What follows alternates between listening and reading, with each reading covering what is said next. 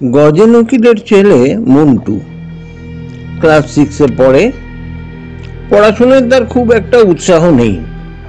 8টা-9টা পর্যন্ত সে এদিক ওদিক টোটো করে বেড়ায়। একদিন সে হেতমগড়ের রাজবাড়ির উল্টো দিকে যে গভীর জঙ্গল, সেইখান দিয়ে যাচ্ছিল। হঠাৎ দেখে একটা বিশাল দৈত্যের মতো লোক, বিরাট চেহারা আর রংচঙে যাত্রাপাটের মতো জামা কাপড় পরা জঙ্গলে ঘুরে বেড়াচ্ছে। চোখ দুটো যেন ভাটার মতো জ্বলছে আর মাঝে মাঝেই বলছে, আয় তোকে খাবো। মন্টুর অবশ্য ভয় ডর নেই, তার অসম্ভব গুলতির টিপ। মন্টু তখন ভয় না পেয়ে গুলতি দিয়ে একটা পাটকেল ছুড়ল তার দিকে। পাটকেল খেয়ে সে কিন্তু আহ করে উঠল। তারপরেই খাবো খাবো বলে তাকে তাড়া করলো। মন্টু তখন এক ছুটে বাড়ি চলে এসে বাবাকে বলল, বাবা, জঙ্গলে এক দৈত্য দেখে আসলাম, সে আমাকে খেতে তাড়া করেছিল। মন্টুদের বেশ বড় দোতলা বাড়ি, যার বর্তমান মালিক হচ্ছেন মন্টুর বাবা গজেন উকিল। অবশ্য ওকালতির পসার তার খুব একটা ভালো নয়। এই ছাগল বেড়া ভেঙে দিয়েছে বা গরু চুরি, এই ধরনের মামলাই তার কপালে জোটে বেশি। কিন্তু তিনি বিভিন্ন কথা বলার আগে মিলট বলে চেঁচিয়ে ওঠেন। এটা তার একটা মুদ্রা দোষ। তিনি উকিল মানুষ, স্বভাবতই তিনি মন্টুর কথাকে গুরুত্ব দিলেন না। বললেন, তোর কথার কোনো লজিক নেই। কিন্তু সেই বাড়িতেই মন্টুর এক বুড়ি পিসিমাও থাকেন। তিনি ভীষণ শুচিবাড়িগ্রস্ত, দিনে অন্তত 15 বার চান করেন, সারাক্ষণ পুজো আচ্চা নিয়েই থাকেন। তার চানের জল তুলতে তুলতে ভুজুয়া চাকরের কোমরের ব্যথা হয়ে গেছে। পিসিমা তখন গোটা ব্যাপারটা শুনলেন এবং বিশ্বাসও করলেন। এ কি সর্বনেশে কথা! তাইলে তো হলধর দারোগাকে একটা খবর দিতে হয়। কাল সকালে মন্টু অনিল বাবুকে নিয়ে দারোগার কাছে একটা নালিশ জানিয়ে আসবি তো। অনিল বাবু হলেন মন্টুর সব সময়ের মাস্টার। তিনি ওই বাড়িরই দোতলায় একটি ঘরে থাকেন। অবশ্য তিনি পড়ান কম আর ব্যায়াম করেন বেশি। অনিল মাস্টার মন্টুর কাছে সব শুনে বললেন যে আগে আমি দেখে আসি, তারপর দরকার মনে করলে দারোগাকে খবর দেব। অনিলবাবু একে মাস্টার, তাই ব্যায়ামবিন, তাই তার সাহসের কোনো অভাব নেই। তিনি সন্ধ্যেবেলা হেতমগড়ের জঙ্গলে গেলেন নিজে ব্যাপারটা দেখে আসবেন বলে। জঙ্গলের পাশে তিনি তো কাউকেই দেখতে পেলেন না, তাই তিনি একটু ভেতরে ঢুকলেন। ভেতরটা বেশ অন্ধকার। তিনি একটু ঘোরাঘুরি করছেন, এমন সময় হঠাৎ একটা পুরনো আম গাছের বড় ডাল ভেঙে পড়ল, আর একটু হলেই তিনি আহত হতেন।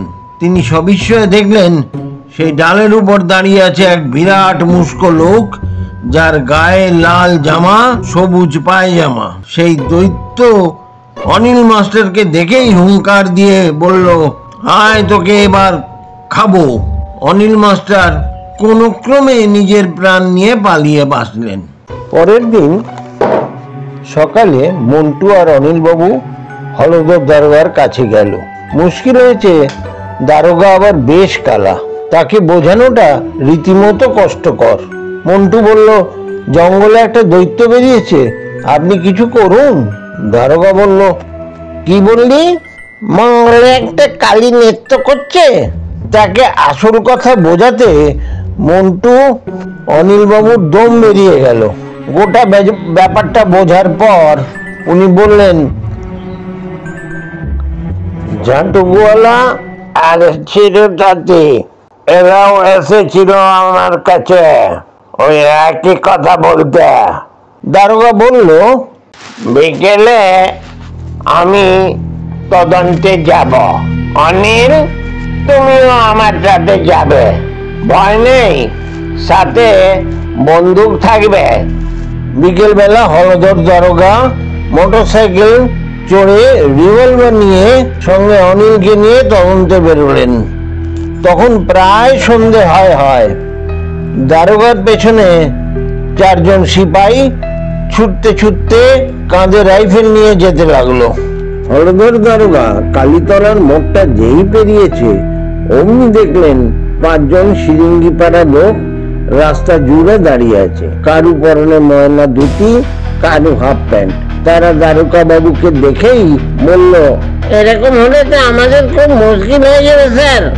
তখন দারোগা বাবু বললেন, তোরা কে রে? তোদের তো চিনতে পারলাম না। তখন ওরা বলল, আমরা এই গায়েরই পুরনো ভূত। লোকেদের ভয় দেখে আমাদের চলতো, মানে কলাটা মূলটা জুটে যেত। কিন্তু এখন মুশকিল হয়েছে, ওই দৈত্যকে দেখার পর থেকে আমাদের আর কেউই ভয় পাচ্ছে না। তখন দারোগা বাবু বলল, ঠিক আছে, আমি দেখছি কি করা যায়। তারপর দারোগা বাবু হেতমগড়ের জঙ্গলে গিয়ে পৌঁছালেন সেপাইদের নিয়ে। ততক্ষণে রাত্রি হয়। দারোগা একটু যাওয়ার পরই দৈত্যটার দেখা পেল। দৈত্যটা ছুটে আসতে থাকলো, হায় তোকে খাই। দারোগা বাবু তখন রিভলভার বার করে গুড়ুম গুড়ুম করে 3টে গুলি ছুড়লেন। দৈত্যটার গায়েই লাগলো, কিন্তু কিছুই হলো না। হলধর দারোগা তখন প্রচন্ড ভয় পেয়ে গাড়ি ঘুরিয়ে পালিয়ে আসলেন। গজেন উকিলের বাড়িতে হাঁপাতে হাঁপাতে এসে পৌঁছালেন। ভজুয়া একটা চেয়ার এনে দিল বারান্দায় বসার জন্য, কারণ ভেতরে ঢোকা যাবে না পিসিমার ছুচিবাইয়ের জন্য। দারোগা তখন গজেন উকিলকে সব বিস্তারিত বলল। গজেন উকিল বলল, মিলাদ, আপনার বন্দুক কি কার্যকরী না শুধুই তাতে আওয়াজ হয়? কি বললেন? সিন্ধুক? সিন্ধুক আমি কোথায় যাব? আর সিন্ধুক নিয়ে যাবই বা কেন? আহাম্মকের মতো কথা বলছেন। তখন গজেন উকিল চিৎকার করে বলল, মিলাদ, আমি বন্দুকের কথা বলছি, সিন্ধুক নয়। আহা, অত চেঁচেছেন কেনে? সে বন্দুক তো মাউজার পিস্তল, যুদ্ধের সময় ব্যবহার হয় না, আপনাকে বলাই বৃথা। তখন গজেন উকিল বলল, না, এই তো কিছুই শুনতে পায় না দেখছি। এইসব চেঁচামেচি শুনে পিসিমা ভিতর থেকে বেরিয়ে আসলেন, হাতে গঙ্গা জলের ঘটি। এই দেখ, মন্টু পুতো গঙ্গা জল আমার হাতে। চল তো গঙ্গা জল ছিটিয়ে ওকে ভ্যানিশ করে দিয়ে আসি। মন্টু ওপর থেকে বলল, অত সহজ নয় পিসিমা, তুমি বরং এখন ওইদিকে যেওই না। পিসিমা কি বুঝলো কে জানে, কিন্তু আর এগুলোই না। হলধর দারোগা তখন মনে মনে বলল, না, এদের দিয়ে কিছুই হবে না দেখছি, আমাকে কিছু একটা ব্যবস্থা করতে হবে। এই বলে তিনি গাড়ি চালিয়ে চলে গেলেন বাড়িতে। অনিল মাস্টার তখন আর কি করেন, কয়েকজন ছাত্রকে পড়ানোর জন্য পুরনো পাড়ার দিকে রওনা দিলেন। যেতে যেতে যে অন্ধকার মোড়টা পেরোতে হয়, সেইখানে তিনি আরো 3 জন কালো সিরিঙ্গি পাড়ার লোক দেখতে পেলেন। তারা মাস্টারকে প্রায় কাঁদো কাঁদো গলায় বলল, মাস্টার মশাই, কিছু একটা করুন আমাদের জন্যে। সবাই তো ওই দৈত্যের কথাই বলছে, আমাদের তো কেউই পাত্তা দিচ্ছে না, আমাদের তো খুবই বিপদ। পরের দিন গজেন উকিল, অনিল মাস্টার, হলধর দারোগা আর পিছনের পাড়ার মুখুজ্জি বাবু এই ব্যাপারে একসাথে মিটিং করলেন। আর ঠিক হলো 4 ক্রোশ দূরে তরুলিয়া গ্রামের তারানাথ গুনিনকে হাতে পায়ে ধরে নিয়ে আসতে হবে এর থেকে নিষ্কৃতি পাওয়ার জন্যে। এদিকে দৈত্যর অত্যাচার তো বেড়েই চলেছে। দিন দিন প্রায় 2-1টা গ্রামের ছাগল, ভেড়া, হাঁস, মুরগি বেপাত্তা হয়ে যাচ্ছে, তবে কোনো মানুষকে এখনো পর্যন্ত ধরেনি। 2 দিন আগে তো কালু গোয়ালার একটা বাছুরও জঙ্গলের ওদিকে চড়তে গিয়ে বেপাত্তা হয়ে গেছে। দিন 3 পর তারানাথ গুনিন কে গরুর গাড়িতে করে নিয়ে আসা হলো। তিনি এসেই এক লম্বা ফর্দ দিলেন। সেই ফর্দে সব অদ্ভুত অদ্ভুত জিনিস, হাড় জোড়া গাছের ছাল, শোল মাছ, মরা কাকের ঠ্যাং, শেয়ালের বিষ্ঠা, মরার খুলি, আর 4.5 কেজি ঘি এবং আরো অনেক জিনিস। তিনি বললেন, অমাবস্যার দিন জঙ্গলে ধুনি জ্বালাতে হবে এবং তার জন্য এই সমস্ত জিনিস লাগবে। মন্ত্রপুত করে আমি ওকে এক কৌটোয় বন্দি করে দেব।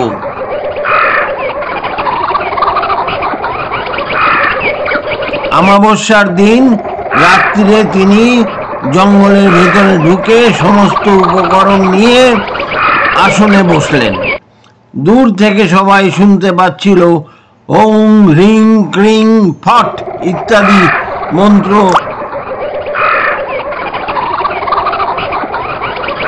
জঙ্গলের থেকে বেশ কিছুটা দূরে সবাই দাঁড়িয়ে দাঁড়িয়ে দেখছে। ওখানে হরধর দারোগা উপস্থিত আছে। অনেকক্ষণ ধরে এই যজ্ঞ চলল। যখন ভোরের আলো ফুটবো ফুটবো করছে, তখন হঠাৎ সবাই অবাক হয়ে দেখল তারানাথ গুণিনকে তুলে নিয়ে দৈত্যটা আকাশে উড়ে গিয়ে অনেক দূরে মিলিয়ে গেল। অবশ্য তারপরে হেতমগড়ের গ্রামে আর কোনোদিন দৈত্যের অত্যাচার হয়নি। শিরিঙ্গি ভূতেরা দিব্যি মানুষদের ভয় দেখাতে শুরু করলো। গজেন উকিলের মামলা মোকদ্দমা নিয়ে আবার ব্যস্ত হয়ে পড়ল। আর মন্টু সারাদিন আগের মতো পড়াশুনো না করে টোটো করে বেড়াতে শুরু করলো।